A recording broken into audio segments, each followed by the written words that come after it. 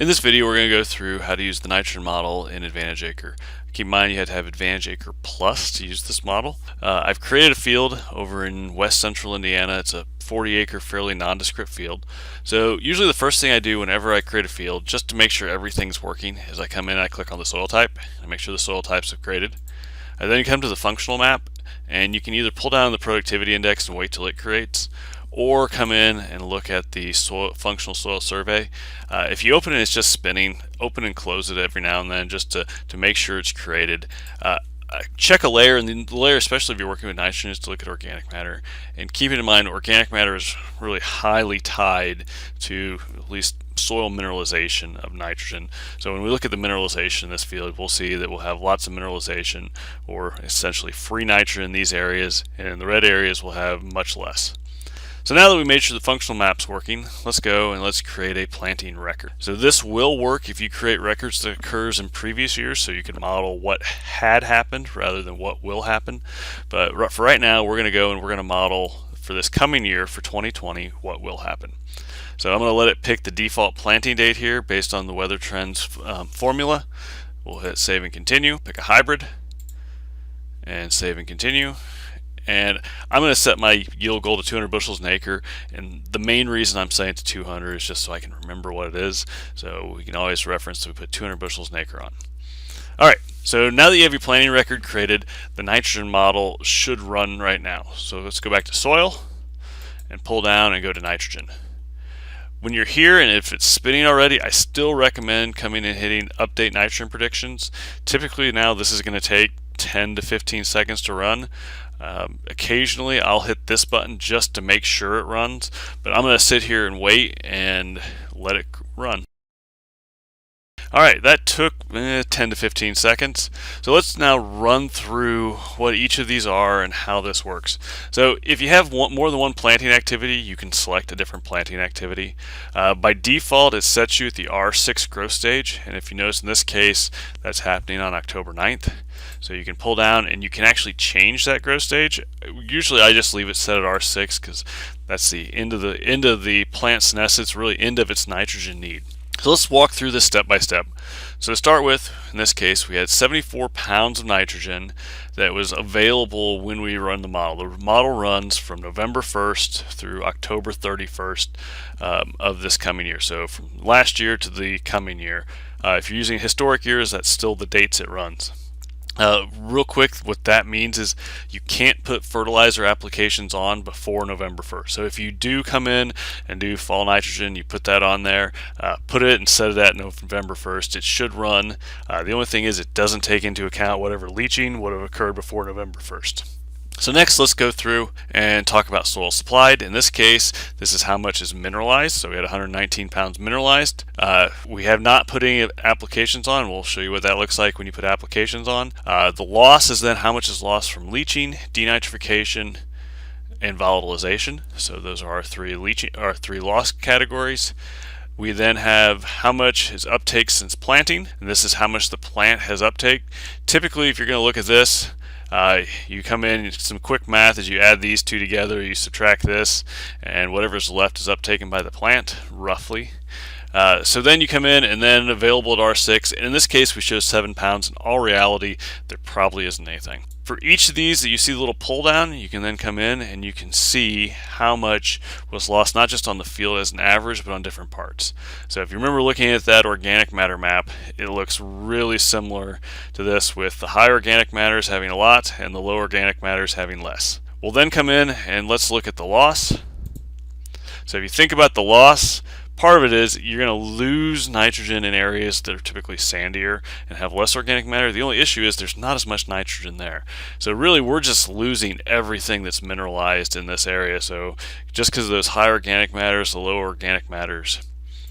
If we look at plant uptake now, this is also then, if we went back and looked at that productivity index, it's also based on the productivity index, but also how much nitrogen's there. I mean, plant can't uptake it if there isn't any nitrogen there.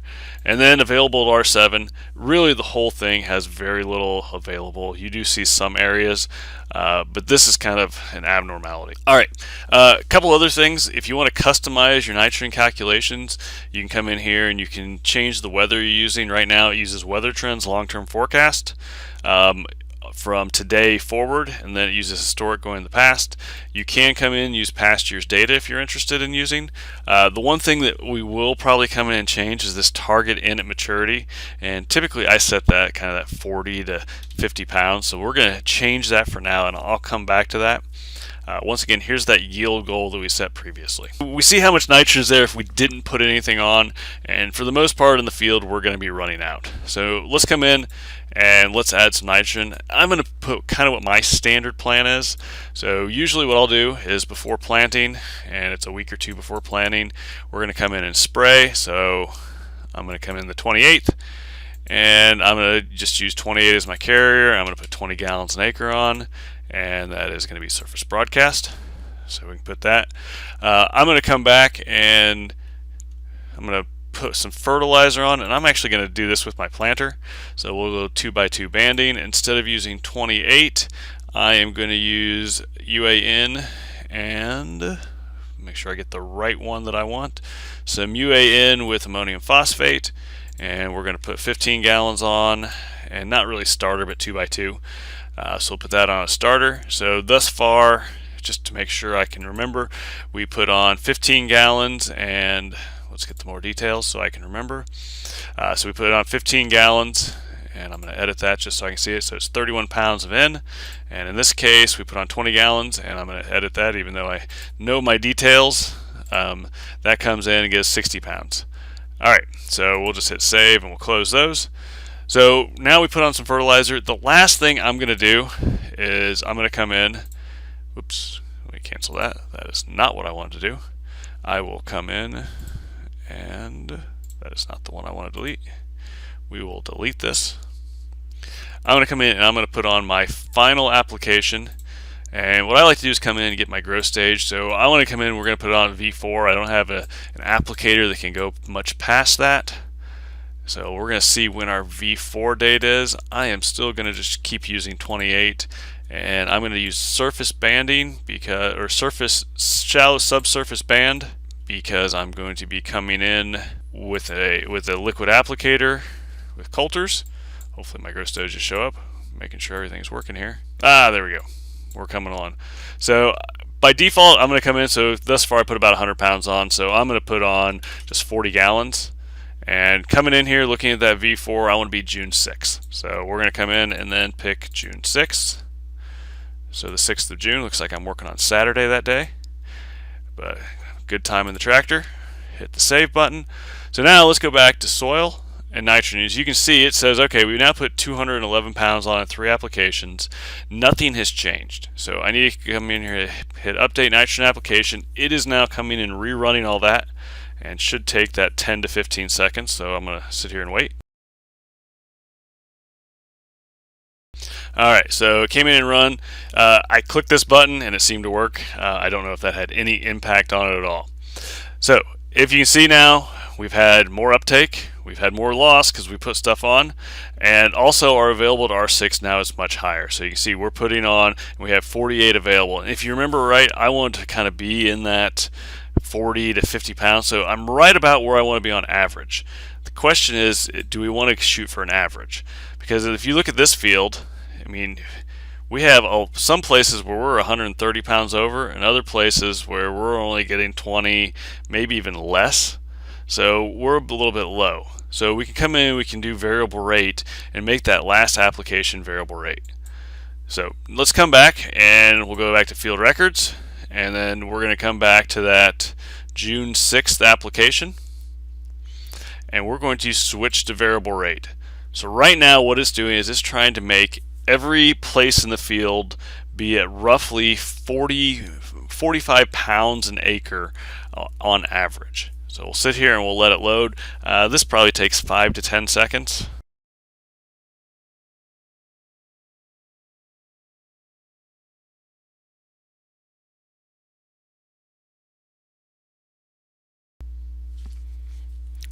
Alright, in that case, that took much more than the 5 to 10 seconds. In the video, I'll go through and I'll calculate how much time it actually took to do. So once you come in here, see now, in those areas that had lots of mineralization, this last application we're putting on very little, and in some cases, in other places, we're putting in as much as 50 gallons per acre. I have the ability, if I don't like what happened here, I can come in and I can modify this variable rate. So if you want to set boundary rates, you want to add test blocks, you can come in and you can change this as much as you want. If you come through here and you're going, okay, it goes from 47, 48, actually those are all 47, 55, and you see too many extreme changes, you can come in and change this. So if we just want to come in and we're going to set a rate, and I'll click that off here. So this is all at 1. Okay, I think that's way too little. I'm going to come in here and let's put on at least 7 every place. We'll make our brush size.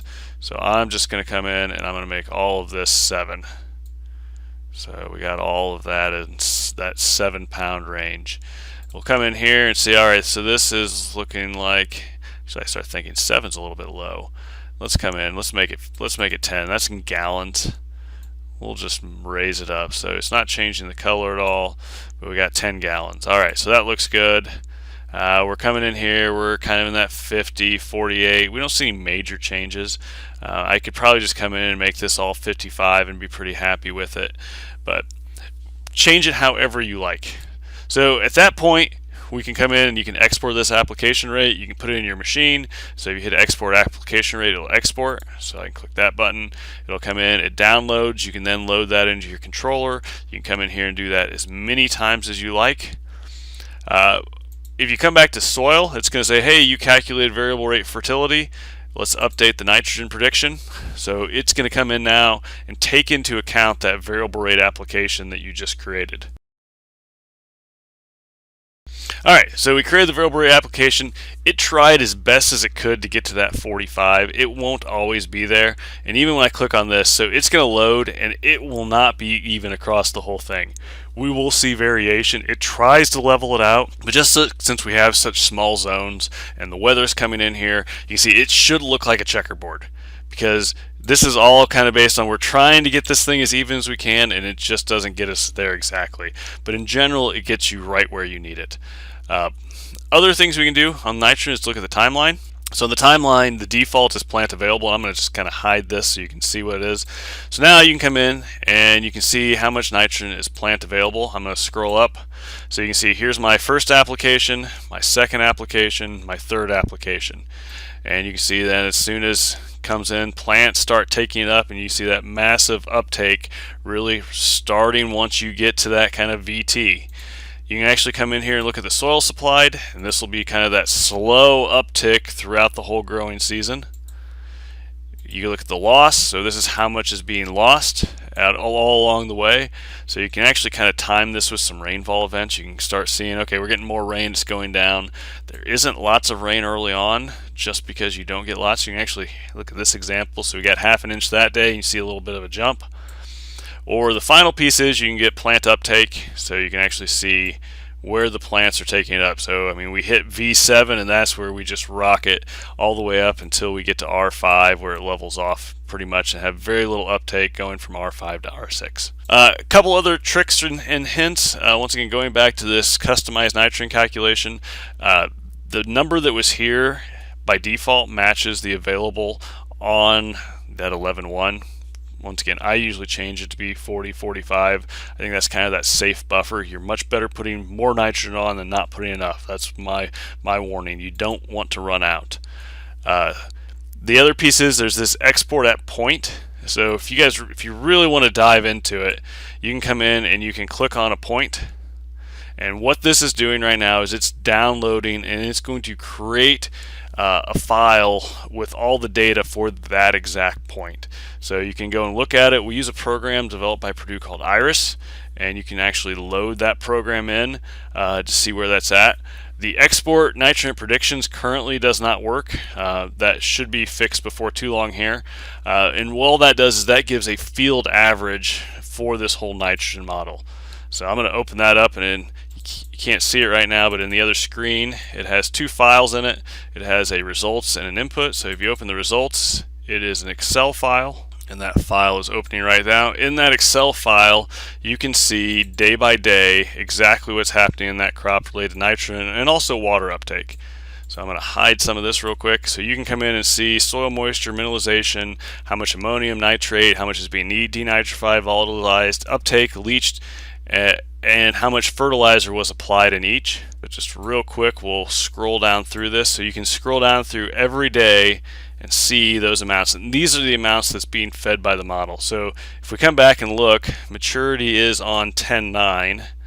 So if we come to 10.9 for that point at maturity, that plant has taken up 178 pounds, it's leached 84, denitrified basically 69, and you can see there's 41 pounds of nitrate and 1.1 pounds of ammonium, and it mineralized 90 pounds of N.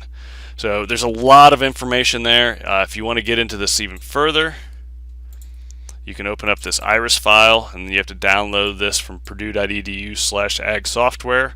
If you want to look, it actually has all the weather data in there for that point and everything that we use. So at that point we project 169 bushels an acre.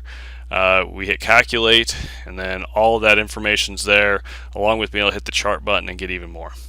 So hopefully this was useful. I'll create a few more of these videos. I'll clean this up for you guys, and let me know if you have any questions. Feel free to contact the support desk.